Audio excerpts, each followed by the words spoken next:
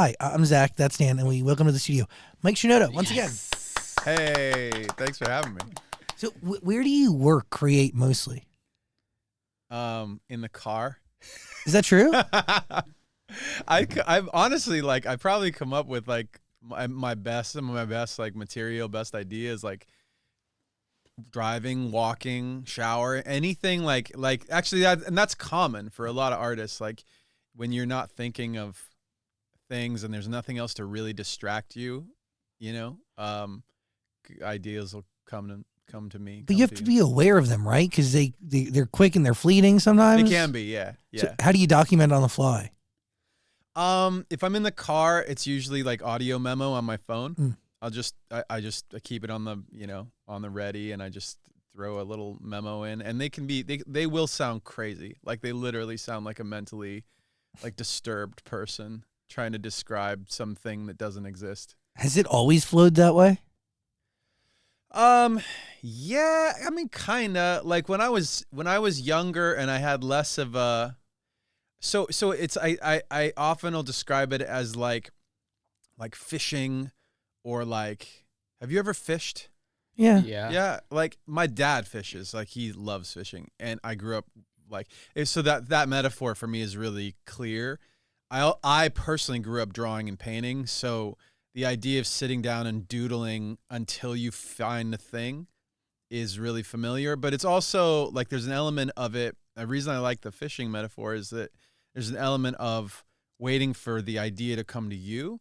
Like you're not necessarily in control. You can sit and you can make things, but I'll sit and I'll make, these days, I'll sit and I'll make something and go, that's not the thing. And I'll kind of put it to the side or delete it or just start a new session, do it again, throw that out. Like by the time I get to the thing that I actually like, I will have thrown back a lot of ideas. But do you see those as ideas that just weren't fleshed out or just not the right nugget? Yeah, it's almost like they're like the ideas are out there floating in the ether or like flying by you. And you kind of grab one and go, what about this? Are we compatible? Is it my thing? Do I like it? Does it like wanna? Sometimes I'll start on a thing and I really want it to work, but the lyric or the beat or whatever just won't happen. It won't come together. And sometimes those. So I had a song just to like kind of bring it into like a little more of a tangible version. What would be a good version? Breaking the Habit was a song off our second Linkin Park album. Breaking the Habit was a song that lyrically I'd wanted to write a song with that kind of about what that song's kind of about for a number of years. And I had tried it a couple times and it always sounded very like clumsy and it didn't sound good. I didn't like how it sounded. And it was mostly the pairing of like, what's the track sound like with what do the words sound like? It wasn't that I tried the exact like chorus over certain chords or everything. It was just like the loose, fuzzy concept. And the day that I had this track, the track that became Breaking the Habit, the day that I sat down with that and tried to apply those lyrics to it, it came into focus in like 45 to 60 minutes. Like it was the whole thing, just like it almost like wrote itself. So that's what I mean by like when you hook in that using that metaphor, when you hook the right fish, it's like, oh wow, this is like, it just goes. But like you could be sitting for months and you still have to have parts of it need to be right? Like, Yeah. you have the right bait or whatever Yeah. attachment to the metaphor Yeah. you want to make. Like there was a part that existed that was somewhat there, but like it couldn't fully get there until. Right. Like I in the case of like Breaking the Habit, the track was, I was making a track that was going to be like an instrumental. Or I wasn't thinking, I shouldn't say that was going to. I was just making an instrumental that I liked. And I was just tweaking on that. And it was, I want to say it was like Joe, our DJ in Linkin Park, was like, you should try and put lyrics over this. He's like, I think this track's too good to be just an instrumental track. I think it needs to be a song. And I think he said that in the room with the other guys. I could have this wrong, but I feel like they all were like, yeah, that's a good idea. We should definitely, like, please develop that and see where it goes. The worst thing that could happen is put some bad lyrics or bad vocals on it and then, I don't know, mute them, delete them, and go back to instrumental. But with Breaking the Habit, you wrote that for Chester for his story, right? No, not necessarily. It wasn't. People actually mistake that as a song about addiction. It's actually not. Oh. So it's more of a metaphor. But regardless, I think he related to it as an addiction story. Like we'd oftentimes have like I might, if we were, whether I wrote a lyric and brought it into Linkin Park or we wrote lyrics together, there'd be a lot of times where we were singing about our own personal stories and the two stories were not the same story. Like it wasn't even about the same thing at all. But isn't that art? Yeah. And that was our favorite. That was one of the most fun parts about it is like, oh, like for me, this is about this thing that happened with my friend who, like, to use the common, what's the word, parlance, ghosted me. Like there was a friend that I had, and then they just like out of nowhere, they just like stopped talking when I was like, we were like in college, like just stopped talking. He's like got new friends and just stopped talking. And still has not talked to you. And oh no, he tried to talk to me later. Of course He's oh shit, brother. He's like, yo, I heard your band on the radio, man. Yeah, that was really corny. But at the time I was like, yeah, these words, like I might be sitting and just like coming up with some ideas and some words might stick. It just might, you know what would sound good over this part is like this type of a lyric. And then the lyric, it might be like, oh, that lyric makes me remember. When I think of those words, I think of this thing that happened to me with this person that like was a good friend of mine, and then just out of nowhere, just decided to abandon this friend group and me and whoever, and just be a different person. It was like so jarring and like, I don't know, it was like made me feel uprooted or something, or like upside down in a sense.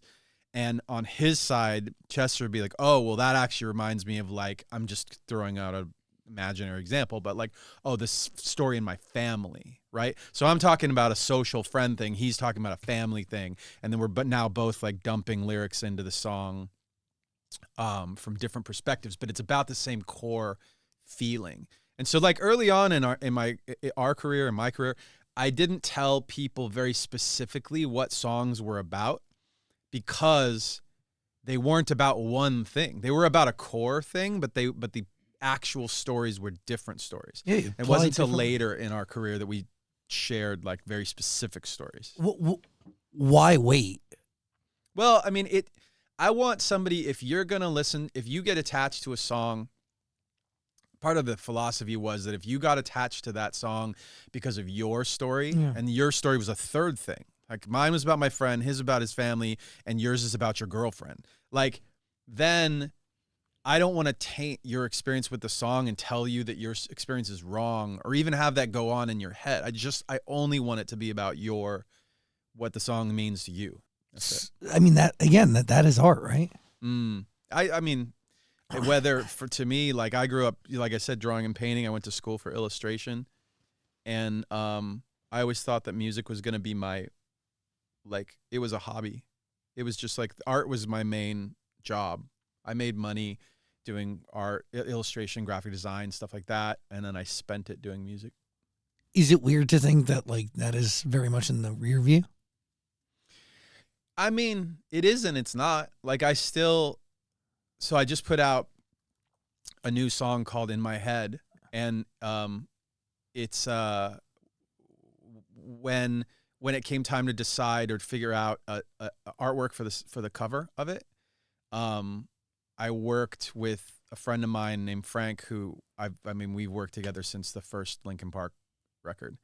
And so we got to we co-created this thing. Like he really was the one like putting it together, but the entire time, like we were on text and jumping on the phone, like, oh, what about this? What about that? And sending like little images to each other and text, type treatments and compositions and stuff. So it's still a big part of what I do. What is it like to work with somebody that you've worked with from the very beginning? Still, I mean, that's the reason Frank and I have worked together so long, is that we just have a shorthand at this point. Like, he's got great taste. He knows what I like. Like, I can say, we've also got all of this stuff that we've made together. So I can be like, on our fourth record, there was like this like imagery that we made but we didn't really use. Remember those things, like how we approached it there, like the tone of that was cool. I want to do something like that. Let's start with that as like a philosophy or like an aesthetic for the thing we're gonna make. No, it's reference, but also like an understanding creatively that allows you to be vulnerable. Yeah, he knows what I like. I mean, we're just like, yeah, me and Joe Hahn in Linkin Park, same thing. Like we like a lot of the same stuff. It's no different than like sharing like TikToks and Instagram videos and like, memes and stuff. It's no different. Like you're literally like every day, every few days, you're sending somebody something being like, yo, I bet you'll love this. Like, check this out. But what is the secret to staying together creatively for so long? Man, I don't know. I mean, like there's just like, it's like any other relationship, like there's like a baked in like thing that you want to achieve or thing that you're about. It's like how your like Venn diagram overlaps. Like there's areas where we have differences and there's areas where we have similarities. And yeah, I mean, also I think for me personally, ego probably plays a role. Like I love working with people who have a point of view and can assert that point of view, but not usually ever at the risk of not usually in a way that's like combative or competitive, right? Like that might happen. Like, oh, you've got an idea about how something we're working on the same song or we're working on the same piece of art, and we both want to make the great thing. Like we want this to turn into the greatest version of itself that it can be. And you have an idea about what that looks like, and I have an idea, and they might diverge at a certain point. And there's a way to approach that scenario where it's still like, I don't know, you're still building to the same result as opposed to like knocking down each other's ideas. How do you do that? Patience, experience. It's a skill. There's a real skill to it that you can hone. And there's also just like working with good people. Does it surprise you that you're releasing an anniversary edition of an album 20 years later? So yeah, the 20th anniversary of Meteora is right around the corner. We put out this, actually, let me rewind though. We had a 20th anniversary of our first record, Hybrid Theory, not so long ago. And when that came up, it was like, yeah, that's pretty obvious. Like, I think people will like that. I think it's a nice way to kind of like remember where the band started and what things were about. I think it was the context of it was good too, because we had lost Chester and there was a real felt like there was a real cloud over everything. And so to just say, hey, I don't know if everyone else has felt any closure or like coped with this situation or cares. Maybe, you live in your own life, whatever. But we have had some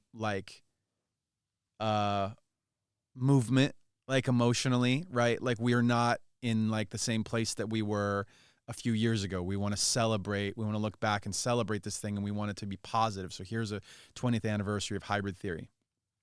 And I think that almost did shockingly well.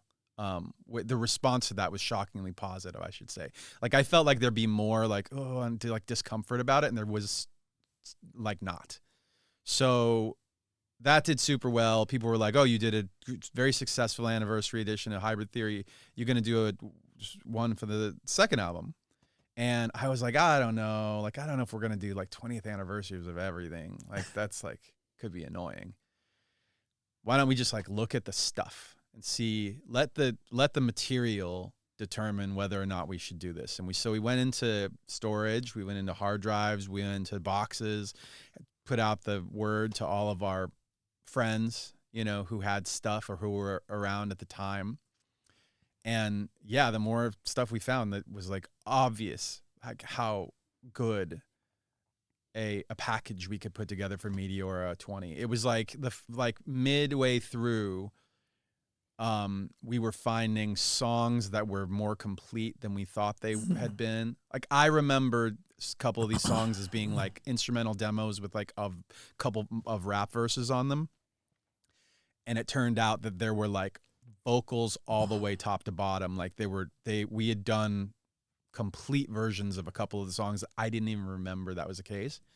And then of course, like the one that was, where were those sitting? Well, okay. So I had on my studio hard drives, I had the versions that were just probably just a little bit further than I remembered. Once we had gone into the studio, we had recorded vocals onto them that stayed on the studio drives that weren't in my possession. They were in the, like our, there's like a storage facility where we keep all this important stuff. You know, it's like at the Pentagon. CIA is watching it. Well, I mean, do you apply the same strategy to putting together the album, like Lost Demons? Lost Demos. Demos. Jesus Christ. I'm sorry. I just gazed at my notes. Holy shit. I like that, actually. I mean, that's a little, it's a little dark, dude. Lost Demos is, so okay, so to be clear.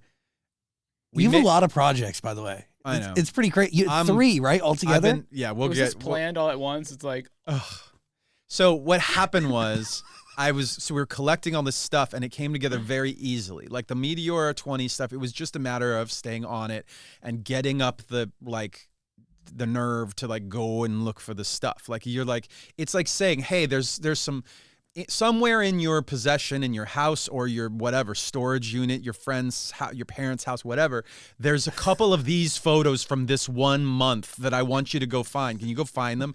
And you're just like, the feeling you're having right now as I say that to you, you're like, ugh, God, like fine. Like, but you know what it's, in this case, you know what it's for. Like there's a greater purpose to it. So we went and we did that, found a ton of stuff. So it ended up being the Meteora 20 box set or package, whatever, is 5 vinyl records, 4 CDs, 3 DVDs, a book, stickers, stencils. Like there's tons. It's totally comprehensive. Like 2 of the things in there are like demos, albums of demos that ended up being like versions of things that people heard. So like the demo for Faint, the demo for Breaking the Habit. But maybe more importantly, there's an album in there called Lost Demos, which is like mostly stuff that people stuff that people has not heard. How do you say that? Have not heard. Yeah. Stuff that you have not heard. Stuff that things that you have not heard. Yeah. It's a lot. There's like there's songs. It's crazy. So people were like, "Oh my God, these are songs." And then also I'd say that's a highlight of it to me. And then the other thing is there's like a 70-something minute documentary, which is just all this like video footage that we took at the time that people haven't seen. It's just like, it's incredible. Holy shit. It's so funny. You guys, we are children. Like we're college age, just out of college age kids traveling the world for the first time. Like every place we go, it's the first time we've been there. We're just, we're playing these shows. We're living this is the time of our lives. And we've got time off in between to just be idiots, and it's letting the cameras roll while that's happening. What is it like to relive that? For me, super fun. I mean, I think for some people it's a little bittersweet. Yeah. I feel like I don't know. I'm in a different place than some of the guys, maybe because a few years ago I did go out and tour. Like I put out a solo record that was like just helping. It was art therapy. It was just trying to deal with all this stuff and things that had happened and be there for the fans in person, like, provide them a place to come and like commune with me and in essence like a extension of the band. So I did that on my own. So I just feel like when I see this stuff, I feel really good about it. Generally, I feel really good about it. And so yeah. Oh, but to get back to your other question, we were doing all this, we're putting all this together. Meteora 20 package is looking good. at the same time, I had been writing and producing for other artists. So I did some stuff, like I have a song, I was working on a song with Swayco, I was working on a song with Justice Bennett, I was working on a song eventually with Demi Lovato. And I got the like bug to like make my own music again. That hasn't been the case for years, like 2 years at this point. Like I wasn't making my own songs really. What changes? Is it working with other people? I don't know. I don't really know. I think there was an element of like, I had done so many things. I'd spent so much time, not 100% of the time, but let's say 90% of the time, trying to be like helpful to somebody else's process.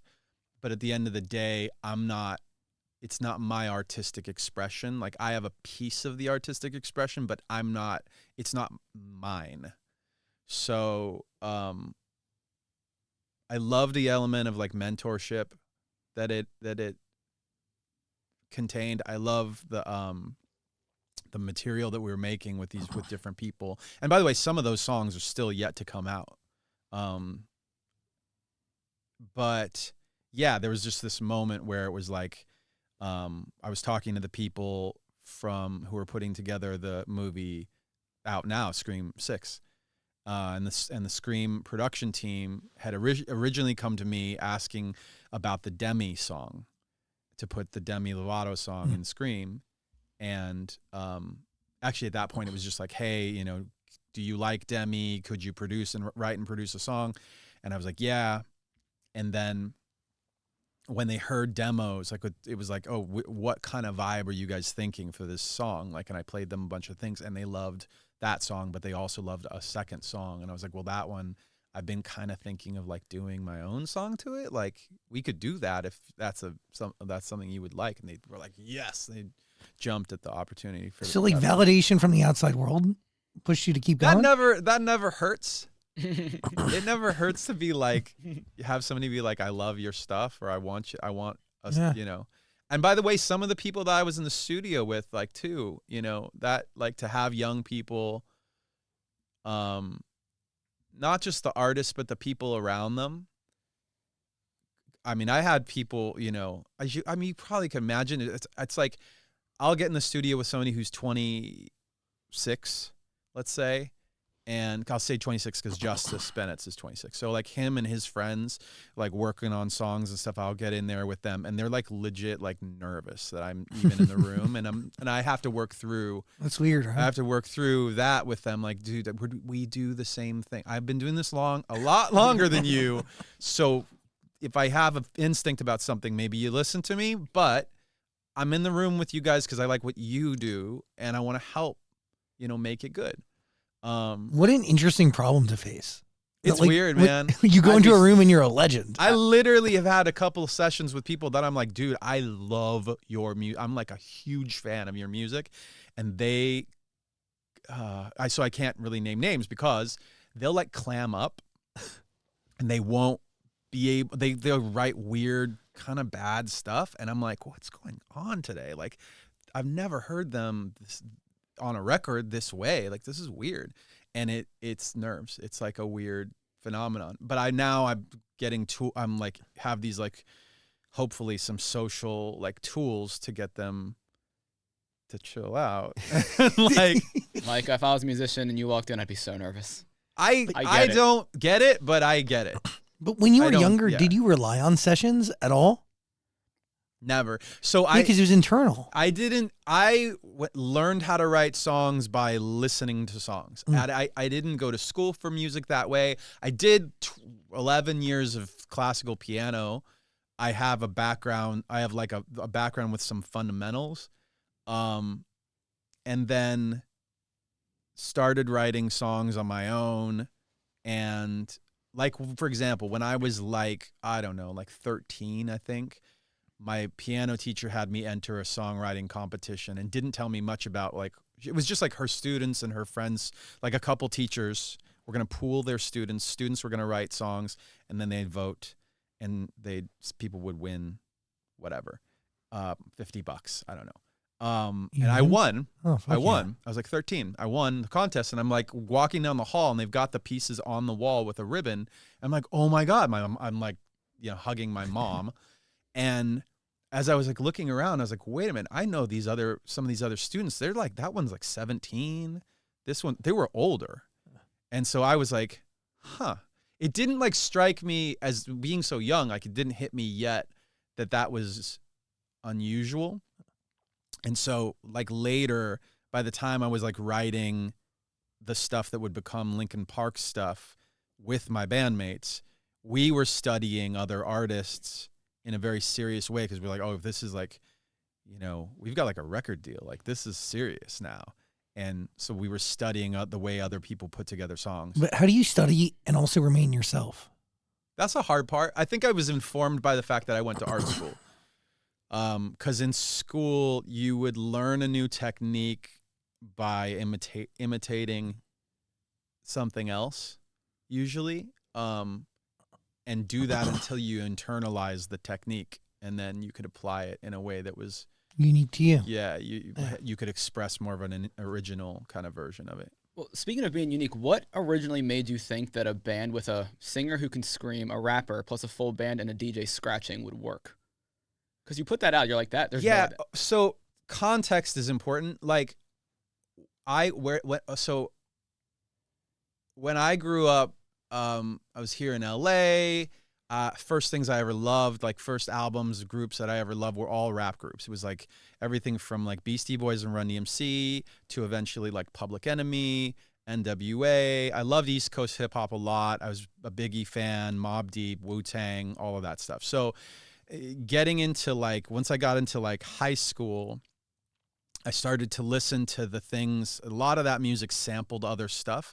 And so I started listening to like classic rock and older music. And I went, oh, I actually don't mind some of this too. So like, for example, I was like, my diet was like 90% hip hop, but the other 10% would be like Zeppelin and Jimi Hendrix and well, not so much the Beatles yet. But the point being, I was starting to realize, oh, Zeppelin was a rock band that was borrowing from blues and R&B. That's not that different than a rock band like Red Hot Chili Peppers and Rage Against the Machine borrowing from rap. This is just the modern black music that they love, and they're incorporating into what they do. And the reason I say those groups in particular is there was an authenticity to me as a listener. I always felt like there was an authenticity to the way they incorporated it. It wasn't like they were tourists, right? They're just like, oh, this is hot, we'll just put this on. And so I was very sensitive to that. Whenever I felt like somebody was adding rap elements and it was like not real, then I just didn't like it. And we were just kind of like students of, or like the outcome of kids who liked a whole bunch of different things. Because when we grew up, people didn't like a whole bunch of different things. I forgot to say that. People usually back then, if you said, what kind of music do you listen to? They'd be like rock, or they'd be like specifically this kind of metal. Yeah, and today they say rap. Artists, by the way. Now you can't even get people to say they like a certain artist. They're just like, I like this song. Yeah. It's like, this is my playlist. These are the things I like. They don't even know the names of the artists. It's like, yeah, I like these songs. And then once in a while, if an artist if they really connect with the artist, then they go deeper on the artist. But it's not, it's not the same. You talk about like hip hop influence, Jay-Z, a huge collaboration. What is the origin story of that? Because there is a story that floats around the radio world that I want to know if it adds up. Okay, so short version of the story is we were on tour at the end of Meteora, and we got a message saying MTV has asked Jay-Z if he wanted to do a mashup collaboration on stage as part of like a new series they're going to do. They asked him, who do you want to do it with? And he said Linkin Park. So that message came through his manager and our manager. My response was, I sent back 3 almost finished mashup tracks. Numb Encore was one of them. I sent 3 songs back, and Jay-Z's response back was, oh shit. What they didn't know was that that's how I learned to make music. Like I grew up mashing up songs to learn how to sample. I was taking from all the things I was talking about before. It'd be a 9 Inch Nails sample with a breakbeat over Jackson 5 and Wu-Tang. Like I was just pulling. It wasn't for anybody. It was nothing cool. It was nothing that anybody else would like. It was just my favorite stuff. So I could figure out, how do these things blend? How do these things, later they would call it mash up. So yeah, so that's how that started. And even when we did, by the time we got to the point where we had suggested, let's do a whole EP, let's do the whole special, MTV, like I said, they were planning to do a series. Yeah. It was going to be like 3 mashups per episode and a series of different episodes, right? So they're going to need dozens and dozens of artists to say yes. We were like, yeah, look, like this is Linkin Park and Jay-Z. We want the whole episode. We want 6 songs, perform it at the Roxy, release it as an EP, all of our names on it, including MTV. That's what we want to do. And they were like, whatever you want to do. And even the day of the shoot at the Roxy, where the fans were like waiting outside and they were setting up cameras, I talked to the director. I'm like, oh, nice to meet you. I hear this is a series. How's it going? Like putting together this series. And then he's like, oh yeah, I think pretty good. Like we got some good mashups on the way. I was like, yeah, like who? He's like, oh, like Fabulous and like No Doubt. It's like, that shit's not gonna work. It's pretty crazy. But it was fine. No disrespect to them. But the point was that they weren't, remember I said tourists? Yeah. Like they weren't, Fabulous didn't love No Doubt. We loved Jay-Z. Like Jay-Z picked us. Like there was a whole different dynamic there. And like I said, like this is the thing that I grew up doing. It couldn't be more natural for me. I mean, you can make the case that collaboration goes on to like change and inspire music forever. I have I've heard from a lot of fans. People come up to me like the other day, this happened, like it was like a month ago. The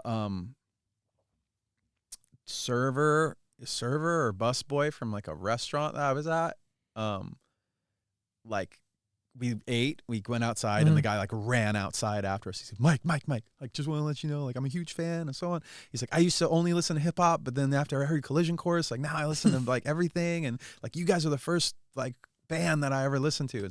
And this was kind of like a theme. Like I've ever since that record, I hear that all the time. It's crazy. Fucking insane. Is it hard to put together lost demos, or at least have put together, but then like why weren't they good enough to begin with? It wasn't that they weren't good enough. It's that like you got to choose. Even if you're in the like literary world, if you're an author, let's say your book is going to be like 300 pages. You might write 600 pages. You might write 1,000 pages and edit all of it. And at a certain point, you've got to edit out stuff that's good. You got to edit out stuff you like. And they have a phrase for it. It's the worst phrase in the world. They call it killing your babies. Jesus. Yeah. Isn't that awful? Yeah. It's nasty because that's how it feels. It's like, damn, like this is special. Like this track is special. I love this track. We all in the band love this track. So we picked our 12 tracks. The like song selection process for any album, but I'll just talk about Meteora. We decided we wanted 12. We plugged in the songs and took ones out and put other ones in and put them in order and shuffled the order and all that. And then eventually it's like, okay, well, these are the 12. How many do you have left over? Well, we have a bunch, and they're all in the Meteora 20 package, by the way, but they're in different levels of finish. So Lost, Fighting Myself, More the Victim, and a couple, maybe one or two others are more like songs. Like you can hear when you hear them, you go, yeah, that's a complete song. And then other ones, it's like they're missing a part or something. Like maybe there's no bridge or there's no chorus. Do you release them as is? In this case, yeah. In this case, the philosophy was to not. It was to stay as true to the original point in time as possible. Were you tempted to go back in and tweak them? I mean, so here's the amount of tweaking I did, just to give you a sense. On Lost, we had a finished mixed mastered version. Listening to it by today's standards, it didn't sound quite modern enough, so we did take that and go back and mix and master it again. We didn't change any notes, playing, whatever, didn't touch it. And in fact, like the mix, I wanted it to still retain all of the initial, like the original energy of it, like what it's kind of the shape of it.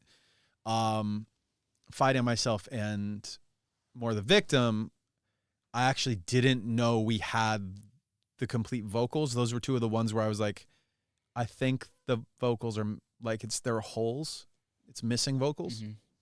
And then I heard like a demo, like quick bounce of it that we had done at the time that had, like, our manager sent over a thing. He's like, dude, check this out. I think there are vocals somewhere for the rest of this song. And because of that, we said, okay, where are the stems of everything that existed during that time? And we found them. And that song never got mixed and mastered. So I mixed it for this record. And then, same mastering engineer, Brian Gardner. Brian Gardner mastered the Lost demos.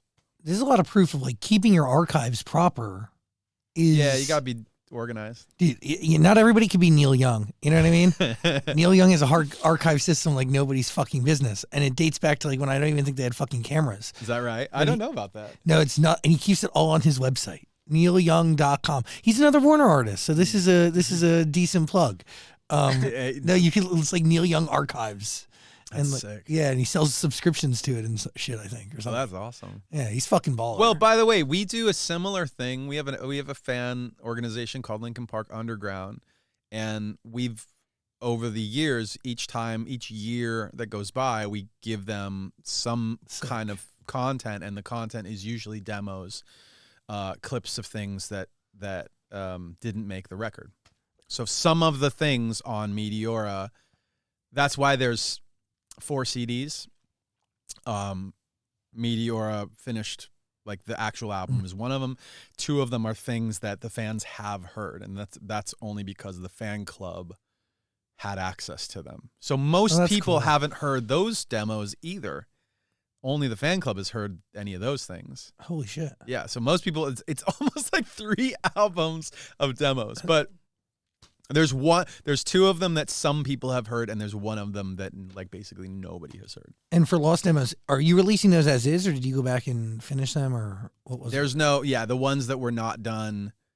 Like I said, I didn't want to put a new vocal, for example, on an old song for this particular project. I thought that was not the approach here. Would you feel weird going back and finishing old songs because, like, you know, Chester's not here to put his input in it, and they're just like would that make you feel weird, or is that something you would think about? I'm on the fence about it. Yeah. I could see doing it. I could see not doing it.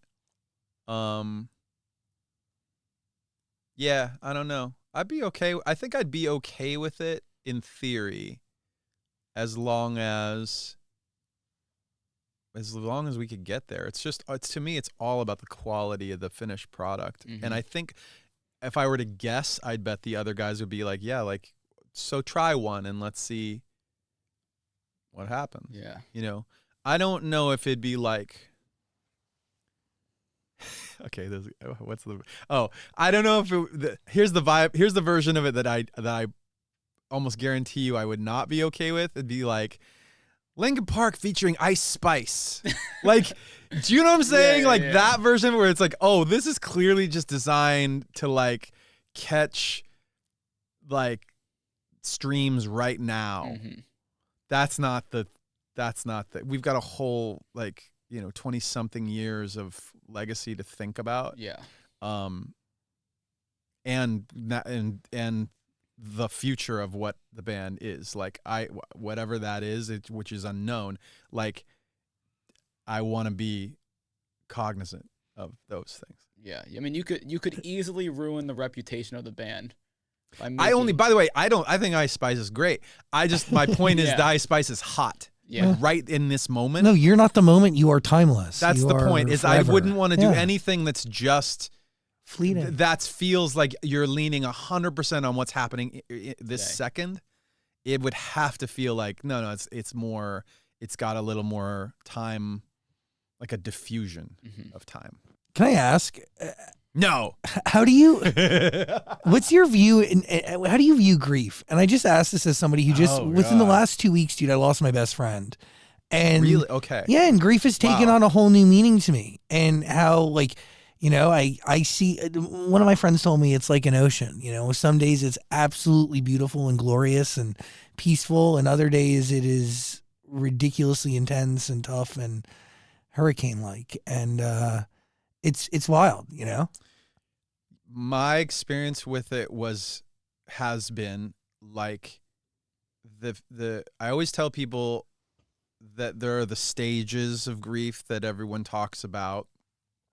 And the 5 stages don't come in order, and they don't come in an expected way.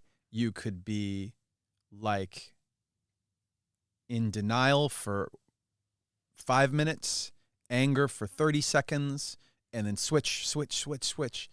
And it can sneak up on you out of nowhere. Like you could just be driving and be like, I'm so angry. Like, why am I so? And you're angry at something stupid. You don't even know why you're angry, but you realize, oh, I know I'm angry.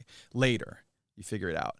And the part about it, so that's one component, one moving part. The other part that rubs up against it is that everybody else around you who's been affected is going through the same thing. So their emotional roller coaster is smashing up against your emotional roller coaster. And the closer you are to the earlier it is, the worse it is. As you go on, it evens out a little bit, hopefully. That's I think that's like one of the hardest parts is that everybody's going through their own emotional roller coaster. So to lean on one other person is very difficult. Yeah. Because it is. If you've got other people that that like have a similar experience, I find that's really helpful. Yeah. Like the kind of conversation I can have with, Dave from our band is unlike the conversation I could have with most other people. I specifically say Dave because, like, for example, whenever we would travel, the vast majority of our travel in the second half of our career, so for 10 plus years, the vast majority of our travel was me, Dave, Chester. Like, we would be in a van together, we would be in a car together, we would be on a plane together, like, all the time. So the kinds of things that the minutia, the little details of every day, like Dave knows even more than somebody else. Yeah, you shared a reality. Yeah. And a few inches away from that is the other guys in the band who all experience all of the rest of it with all of us. And then like a mile away is like everybody else, other people. Right. Yeah. But that's, I think about that a lot of times is that, like, yes, there are a couple friends that we have a shared reality, but then at the end of the day, there's nobody out there who shares exactly what me and my friend went through. And that's like, it hits me like a fucking ton of bricks. It's like, no matter how close you can get, it's so like, sorry, man. It's the worst. No, it really is. It is. But terrible. it's the worst. And it's also like normal. Yeah. That's the other thing that's so weird. It's so right? fucked up. Why is it like, wow. Yeah, it is life. Everybody goes through it. Everybody will go through it. Like you're not gonna come out of this unscathed. Every single person will go through it. It is. You're totally right. Like, yeah, everybody's gonna experience loss in their own way. Yeah. So yeah. I mean, you gotta. It's almost. I look at it almost like you can get like experienced in a way, you know what I mean? Last thing you want to be. So stupid. That's the fucking worst. But you just like I have kids. I want my kids to be emotionally intelligent. Like that's on my like in my awareness for them is something that I want to make sure that were thinking about, right? Like, isn't that one of the scariest things to? Well, when we were kids, the term didn't exist. Yeah, right? Like, it was like, oh, you punch me, I'm gonna punch you. Like, it was just like eye for an eye, like Lord of the Flies all the time. Like, actually, yeah. Right? That was like when we were growing up. I knew a kid who literally his dad, one of my best friends, like his dad, in their house, when you said a curse word, you ate a bar of soap. Oh, Jesus Christ. He jammed a bar of Irish Spring in your mouth, and you chewed it up and swallowed it. He would beat them with a belt, like a big, thick belt. And that was discipline. Yeah. Dude, I'm getting flashbacks to my neighbor. I could just see my friend. Yeah, crazy shit. That's crazy. But that's how you learn right from wrong, I guess. Right? It's like, okay, so we're not in that world anymore. Like, no, it's a different level of emotional intelligence. It's a whole. I feel like we're not even on the same planet anymore. The type of things that my kids are sensitive to, the kinds of things, like ways of dealing with things, and the tools that we've got. Like, when you're having a day where you're like, damn, am I even like a good parent? Am I a good person or whatever? Like, I do occasionally remember, like, I'm living on the spectrum of like, what am I doing a good job? Like, I'm on the right side over here. I'm on this side over here, and on the opposite side is Irish Spring in the mouth and a belt beating, right? Like, we're very far away from how bad it could get in my own personal life experience. But you still always wonder if you're doing a good job, I'm assuming, you could still do a very bad job, as like, just without the physical violence, you could do a very bad job emotionally too. So kids are the scariest thing, but also the most fulfilling. Yeah, that's true. That's true. Fucking crazy. Yeah. Your kids ever go back and listen to your old stuff? Yeah, they like it. They do? I mean, they're it's funny because, like, we're having, I think, there's a number of bands. I was just talking to my friend Mark, who manages a ton of bands. He manages Deftones. Okay. As one of the bands, and I've known Mark. We actually started what became Linkin Park together, me and Mark. So we had a band called Zero back in the day. Mark is like, he wasn't built for the like band life. He was built for like the management side of things and like the that side of things. So, but he was telling me, he was like, hey, dude, yeah, the guys are like doing so well on TikTok right now, and they're not even like they're leaning into it, but they're not like, it's not like they're posting TikToks all the time. Like, they're just like the young people. You go to one of their shows, you got all these teenagers there now, and they're just having this wonderful like renaissance. That's great. And right. And so for a lot of us, it's really fun to, like with my kids, I will, if they get into a band that has a lot of albums, one of my kids just this year got into Fall Out Boy.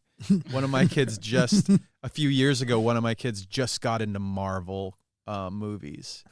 And before that, it was like Star Wars. And I'm like, oh my God, this is the best because there's so much for you to consume. Like, oh, you just checked out this one thing that's very good. There's like 5 more things that are just as good, if not better, that are in front of you. Like, incredible. We watched during the pandemic, we watched like 7 Studio Ghibli movies. We like, I showed them like My Neighbor Totoro, and they were like, this is amazing. Like, oh wow, you like this? Great. There's so much more of this. Yeah, but that's timeless art, man. I love it. But it is crazy. Like, my cousin, she was 13 or 12, and her first concert ever was fucking Panic at the Disco. And I'm like, dude, I remember being 11 or something and looking at a fatback Mac computer watching his first ever music video. The fact that has like transcended age groups. Yeah. Same thing with Fall Out Boy. Same thing with you guys. Like, the internet has given a new to real timeless art, that just like exists in the zeitgeist pretty consistently. It has the ability to really like spark a whole new fucking fire. I wish there was a word that lived between art and like just like commerce that we could inhabit, because like I don't feel there's sometimes when I talk about the art or the artistry of what Linkin Park or Fort Minor or, anything that I've touched, when I talk about the artistry of it, I sometimes feel a little funny because I don't mind the commercial side of it. It's not my top priority. It sits like behind the getting the work, getting the art right. But I also don't think that like Linkin Park and like Andy Warhol. Well, Andy Warhol's a bad example. I don't know. Basquiat. Degas. I don't believe that we exist in the same sentence. So, I mean, you don't. Do you know who Barbara Kruger is? So, anyway, the point being, there are artists who, like it. To me, it's like, oh, that's like legit, like real art, right? And I think for us, we've always had a special place in the like we have our own corner of the zeitgeist where it'll be there for people to come in and out of. And at some points it'll be a very popular place to be, and other times it won't. And then later it'll come back, hopefully. But why do you think people keep coming back and you stick around?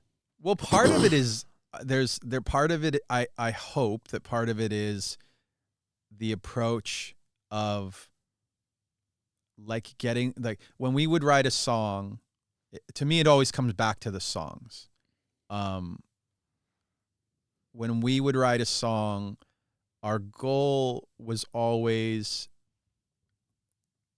usually to get to the core of the thing that we were talking about, like that nucleus, like the dead center bullseye of the subject. So if it was a song about, frustration over a certain event that had happened to me and Chester related to it in his way and whatever, we'd go, okay, how, like, let's start to narrow in what is the song really about? And then pair that with the craft of like making it sound as good as possible and really caring about that. Like if Splice and for people that don't make music, there are these websites where you can just download like stuff that sounds like other stuff. Like, I want a Drake type beat. Like, you just go get Drake type beat sounds and like put them on your song.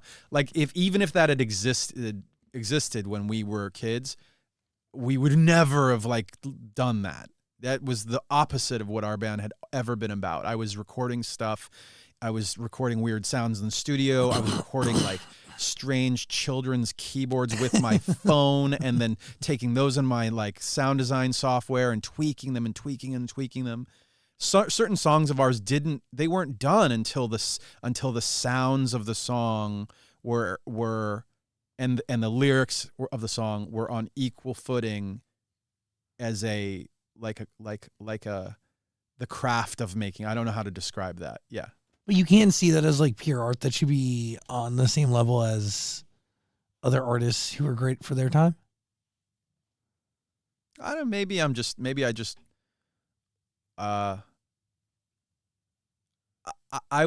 When I was in school, in college, I went to a school called Art Center College of Design, and I had built up like this excitement and this intensity about like, I'm going to be an artist. This is like, there's only a couple schools that do this at the level at which I would like want to aspire to work. And Art Center was the number one in my mind. And I got in, and they make you choose a major. And they make you choose a major before you get there. As I researched the majors, I was like, okay, the only two that make any sense to me are fine art and illustration. And the fine art discipline was described as like gallery art, high art, and the illustration was described as prostitution. And I was like, okay, well, as I like read the rest of the stuff, like deeper about what they were actually doing, I was like, I don't want to be a gallery artist though. Like, that's not, there's a pretentiousness, as a pretense to some of that stuff, and I would feel that way if I were to try and do that so clearly. I want to do commercial art. I want to do illustration. And that like friction between the two halves, I think like those are next door neighbors at the school in terms of like your major.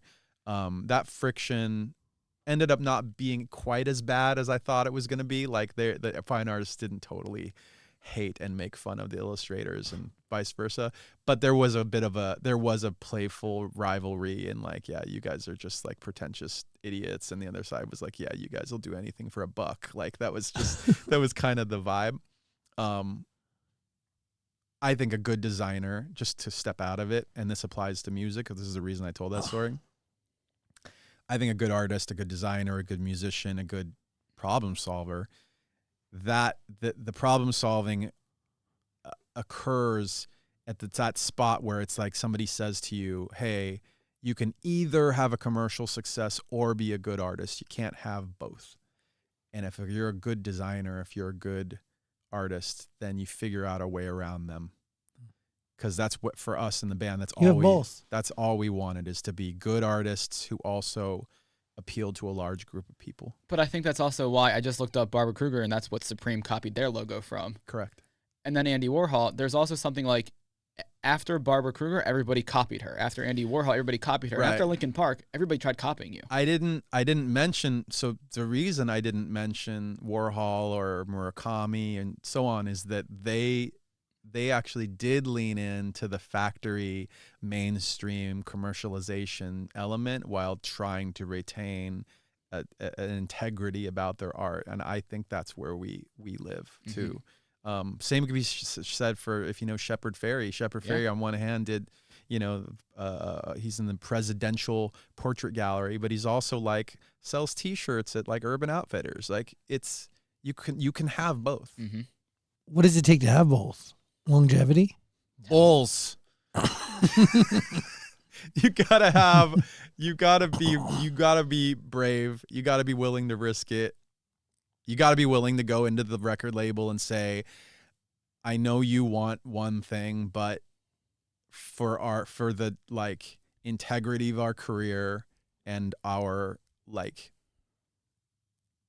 I don't know, like what the band means to people and to us, like we need to do it in a different way. So for example, the success didn't hurt this subject, by the way. Like it didn't hurt us to have our first album be the biggest album on the planet.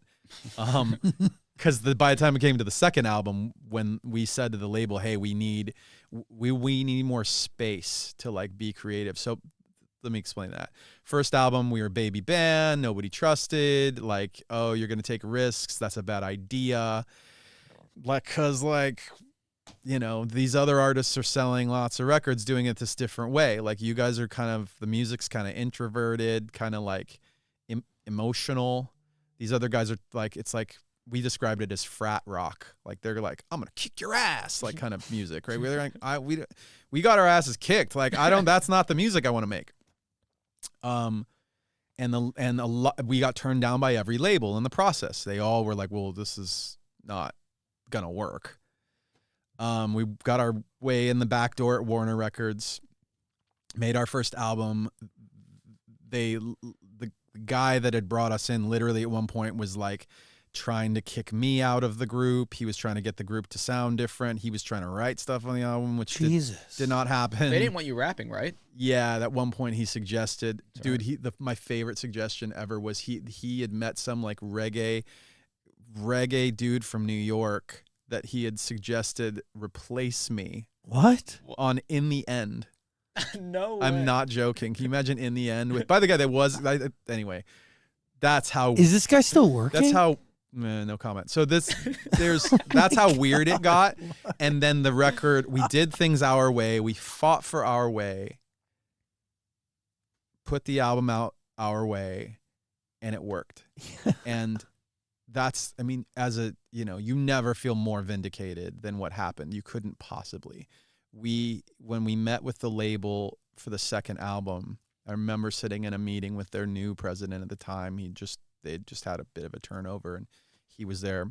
His name was Tom. His name is Tom. Tom was like, okay, you know, nice to meet you. You guys, I'm a huge fan. It's incredible what you've done. Like, what do you need from us? What can we do to support you? And we basically gave him, you know, an explanation of kind of how things were the first time around and said, we just have to make it not like that. Like, it was really hard. We just felt like we were getting beat up the whole time trying to make the record we wanted to make. And he was like, yeah, that's 100%. We want you to be happy. Like, we want you to make a great, great record, and we want you to be happy making it. And that's exactly what happened. I mean, it is like when we got to Meteora, there wasn't an A&R person or a label person in the studio until we were done. Nobody came. That's great. They'd email or call and be like, you know, how's everything going? Do you need anything? Blah, blah, blah. And we tell if we needed, like, it'd be things like rentals. It'd be things like, the guys want to get some other drums. The guys want to put a string group. They want to hire live strings for the song called Faint. I was going to say, are those real strings on the beginning? Yeah. So stuff like that. And they were just supportive, and it's the best version. Like, you hear horror stories about labels and you hear good stories. This was the good story. These are the best stories, is when they like really get it. And part of that is because the band was successful and they could trust us, and they did, and they didn't get let down. Like, not all situations are like this, you know, but it's pretty special. Yeah. You've mentioned Faint a couple times, and I think that probably is one of my favorite Linkin Park songs. Oh, thanks. What do you think makes that song so special? Because, like, the strings do come in, and then that drum beat kicks in, and then it's very heavy, then it pulls back and you start rapping. Yeah, so the Hybrid Theory, because it was our first, it was like handing somebody your business card. It's saying, oh, nice to meet you, here's who I am, this is what I do. It has to be concise. Like, it can't be all over the place. And as I already said, like, on our going into our first record, we liked so many things, so we really had to edit down and make the first album pretty clear. By the time we got to the second album, by the way, Hybrid Theory is like less than 40 minutes long. Mm-hmm. So we were out there playing shows. We were expected to headline all of a sudden, and we had like 40 minutes of music. They're like, can you play 90 minutes? We're like, we can play our first album twice. Like, I don't know what you want us to do. And second album, we were like, okay, so now we get to double the amount of dialogue that we have with fans. We get to do a whole body of, we get to double the work, double the amount of references, double the amount of ideas. So what do we bring in that's new, and what do we bring in that we didn't get to say the first time around? And one of the elements was a lot of the hip hop, a lot of my favorite hip hop music was like based on loops and samples and things like that. So we really tried, it was mostly me and Joe, I think. There are some exceptions, but we were making our own samples. So you'll notice on the beginning of Somewhere I Belong starts with a reverse, like, looping sample. Faint starts with a looping string sample. Nobody's Listening starts with a Japanese shakuhachi sample. Inside the songs, a lot of times there were these hip hop elements. We'd make our own little drum loops and stuff like that. And even the live guitars and drums and things, we'd record them, and then we'd cut them into a perfect sample loop, and we'd chop and copy paste it, so that there was this aesthetic of like a sampling kind of aesthetic going on. It's so good. It's just so good. It really is.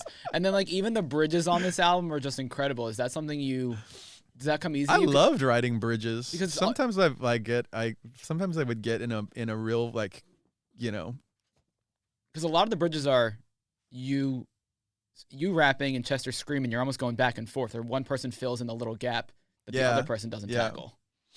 There was a lot of ground to still be covered at that point, in terms of like how our dynamic was going to work. Like, we were still writing the rules to that. But I think by the time we got to the end of Meteora, we were like, okay, we've fleshed that out. Like, that's it's a box that's checked, in a sense. Would you actually be in the studio recording that in real time, or would you do vocals separately and then put them together? We could do any different way. We didn't usually record them like two microphones, two guys doing it at once, because you'd hear the other person on the other microphone. And if you wanted to edit it, you couldn't. So we'd some of them we'd write that way in the room together, right? Like doing it. And then we knew how it went. So we go in the booth, and then one of us would do their part and the other one would do their part.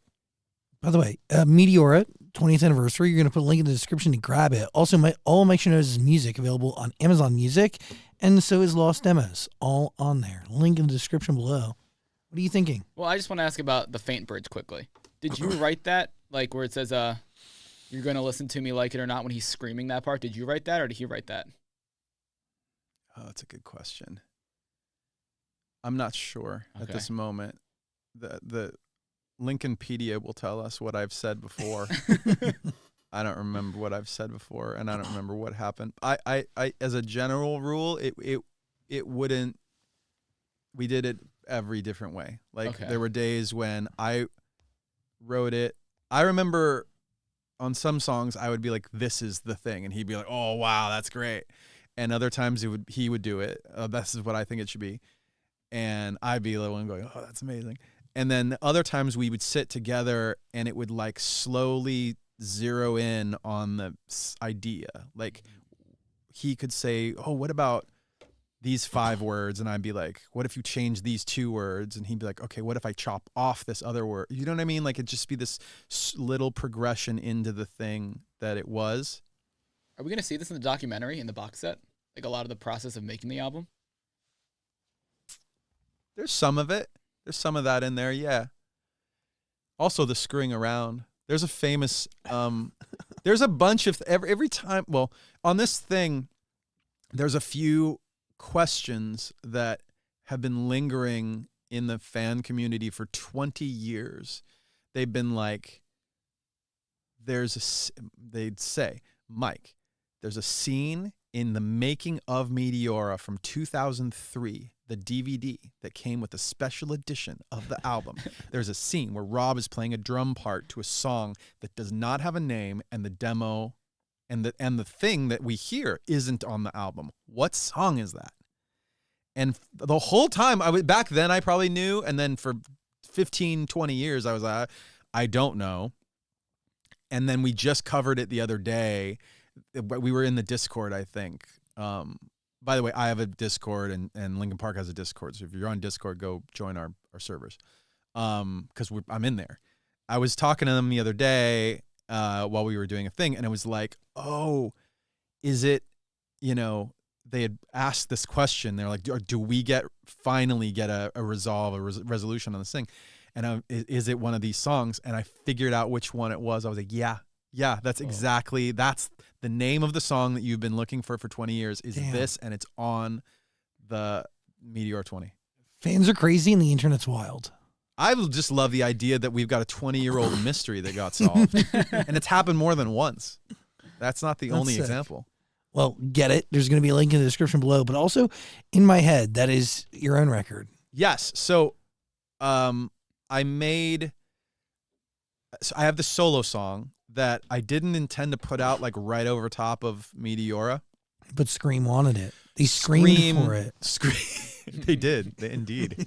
Their timing was this timing. You're not going to tell Paramount Pictures and whoever else, like, "Hey guys, can you move? Hold off. Can you move what will be the biggest movie that time?" I'm like really surprised. A lot of people are into this fucking Scream shit. Yeah, and I didn't know. Like I feel like there's been like 1,000 Scream movies and nobody gave 2 shakes of a titty.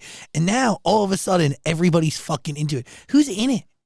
That's why. Jenna Ortega, casual. But by the way, heard of her? So Jenna Ortega's in it, but also Ghostface has the idea, the character of Ghostface has slowly built up like a social media following. Oh, interesting. Yeah, it's really surprising. I did not know that until I got it. Like, do we not know who is behind the mask? Well, the point is, it's whoever, it's anybody, right? There's always in each movie, it's some new Ghostface, and then they get killed at the end, and then there's a new Ghostface. That's what's been happening. I won't spoil the new movie, but up until 5, that's always the story.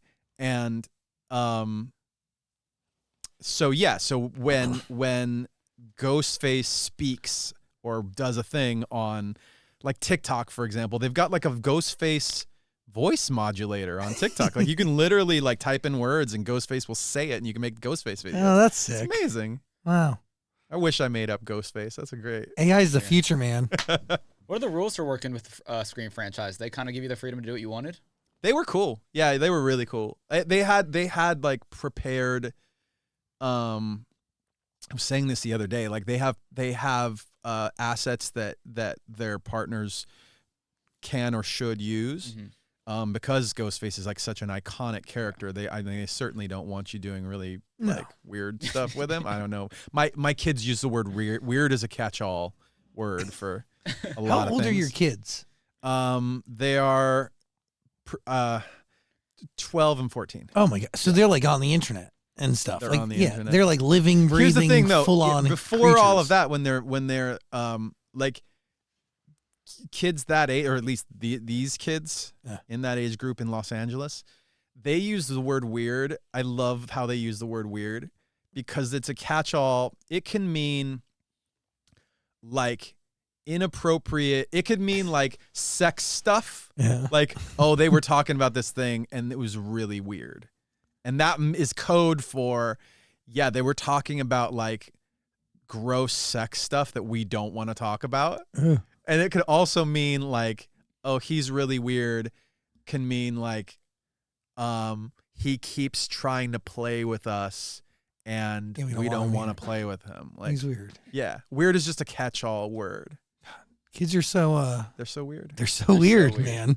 Listen to Mike Shinoda's music. Link in the description below. Also, grab that 20th anniversary. It's like it sounds like a suitcase is what you're gonna get. Yeah, you're just gonna get this chest of like it's gonna be a pirate chest. It's large. Get it. Link in the description below. Also, Lost Demos. We'll put a link. That'll take you right to Amazon Music if you want to tune in. Final thoughts, Daniel? Yeah, I'm gonna run them down quickly. You don't have to give long answers. Short answers. Got it. Is this is in my head the beginning of a new Mike Shinoda solo project? I don't have an album on the way at this moment. I am really loving making my own stuff.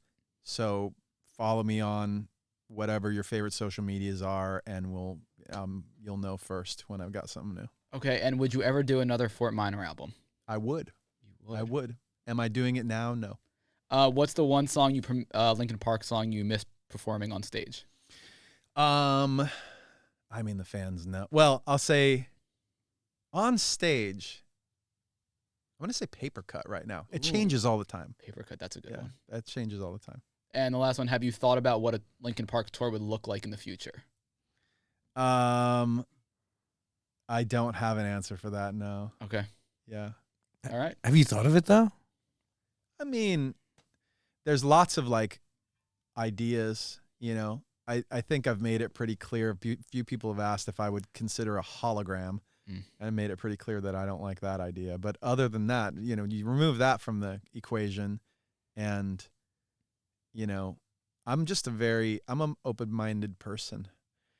I just have there could be lots of variations. Well, I mean, yeah, you're into the future. You work on Web3. You do things. I do things. But we're not into a hologram. Are we starting a second interview right now? I'm just interested. But the hologram, I get why it's off limits. I totally understand that. I think emotionally it's weird. Weird too. Yeah. I think emotionally the hologram thing is weird to me.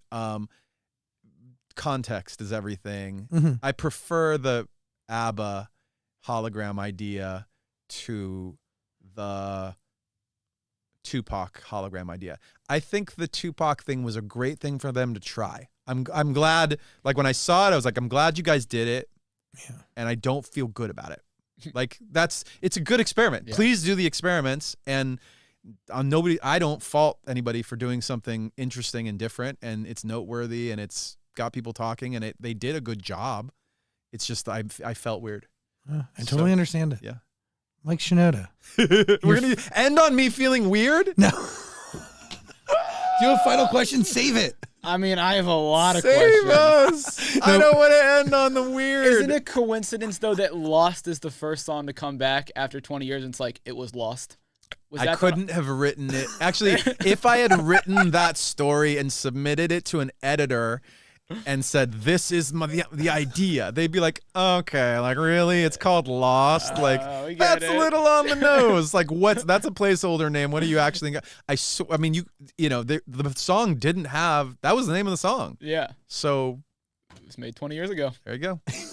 Lost is out now. Lost is now found.